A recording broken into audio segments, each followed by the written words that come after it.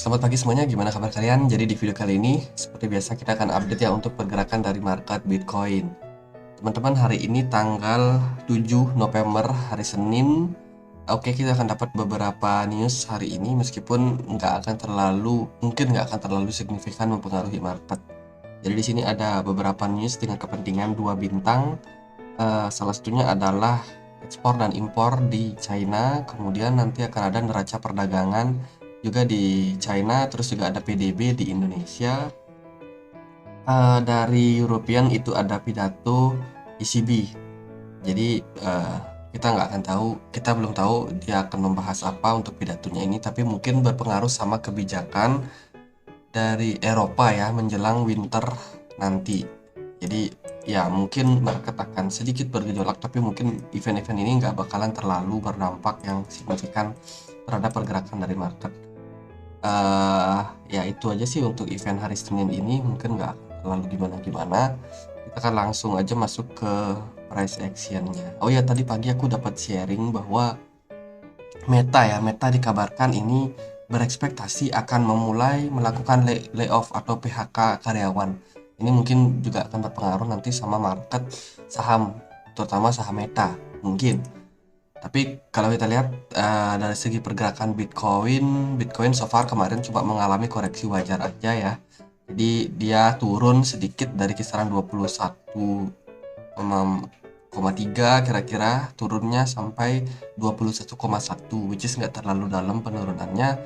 Terus kalau kita lihat dari posisi indeks dolar, sementara sih dia lagi dalam tren turun setelah kemarin membentuk inverse head and shoulders, naik cukup signifikan, terus kena rejection teman-teman. Ini bisa menjadi tanda yang cukup positif buat Bitcoin. Kenapa? Karena ketika indeks dolarnya turun di perdagangan hari Jumat terakhir, itu emas, komoditi ya, emas itu naik.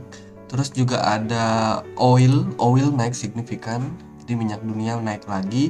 Ini juga diiringi dengan pengurangan supply dari negara Arab.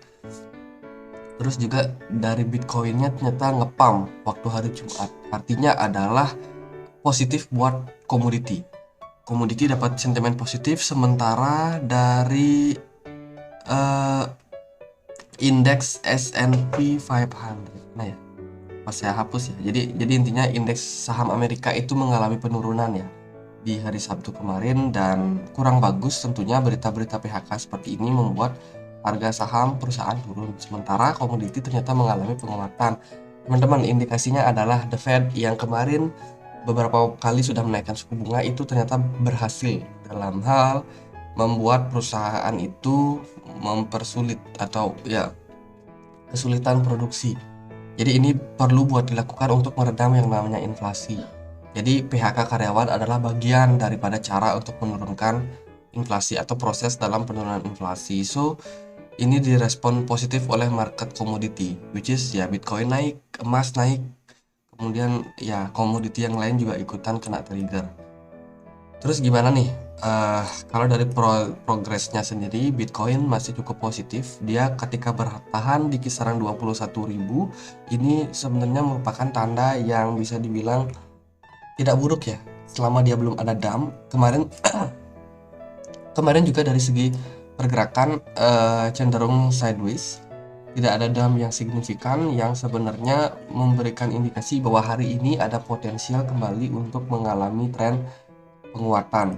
Jadi ekspektasinya sih dia hanya bisa sideways di level 21.000. Kemudian entah dia testing lagi ya sampai 21,7 mungkin.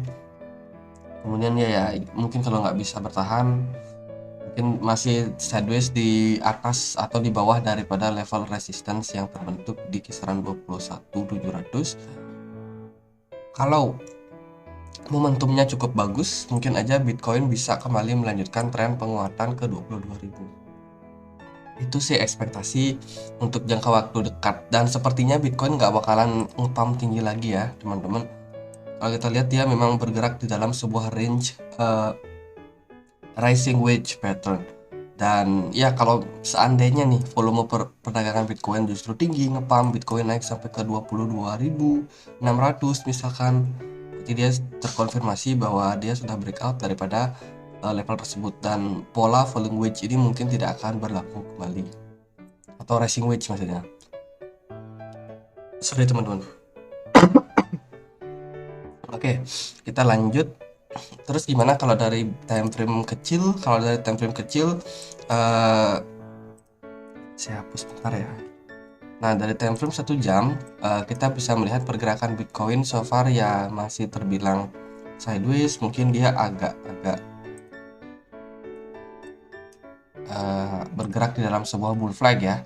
Kalau ini tidak salah sebagai bull flag, maka kita juga bisa melihat kemungkinan bahwa hari Senin ini Bitcoin bisa aja mengalami tren penguatannya. Jadi ini adalah bull flag teman-teman. Kalau dia berhasil breakout, maka ini merupakan tanda yang positif. Mungkin dia akan ketahan di level 21.500, kemudian di level tersebut dia mungkin bakalan sideways kembali, koreksi kembali. Atau kalau dia bisa naik lebih tinggi sampai ke 21.700, which is itu merupakan tanda yang lebih positif lagi. Bitcoin bakalan ketahan di level resistance yang lebih kuat di atasnya. Jadi sepertinya penguatan yang akan terjadi pada Bitcoin untuk hari ini, mungkin hari Selasa juga, itu bakalan bisa naik tapi terbatas, karena ya kita menjelang midterm election di tanggal 8-9 November nanti. Mungkin market agak sedikit dipoles oleh Amerika hari ini dan juga besok, so jangan terlalu gimana-gimana. Ke teman-teman yang mungkin belum serok, tunggu aja di bawah, karena potensial buat Bitcoin buat turun nanti masih ada kok. Termasuk juga yang nanti teman-teman ada pegang bear ya, bear coin, telat exit mungkin ya sabar dulu aja. Sementara kondisi market masih gonjang ganjing juga, ada berita PHK, mungkin jangka pendek Bitcoin bisa naik, tapi jangka panjangnya kalau orang nggak punya duit, likuidasi di market menurun, ya Bitcoin bisa aja mengalami koreksi kembali. Jadi itu salah satu pertimbangan. Kita juga akan mau closing di time frame weekly ya.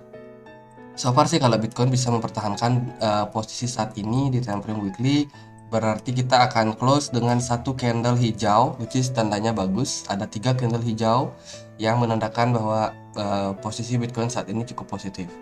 Terus dari candle weekly, potensial candle weekly hari ini mungkin merah ya, nggak terlalu masalah juga selama Bitcoinnya nggak turun lebih dalam daripada level 21.100, itu cukup positif teman-teman. Jadi perhatikan closing time frame daily dan weekly-nya hari ini di mana. Oke, sekian aja untuk pembahasan kali ini, semoga bisa bermanfaat buat teman-teman. Kalau punya pertanyaan lain, punya poin lain untuk dianalisa, boleh tulis di kolom komentar.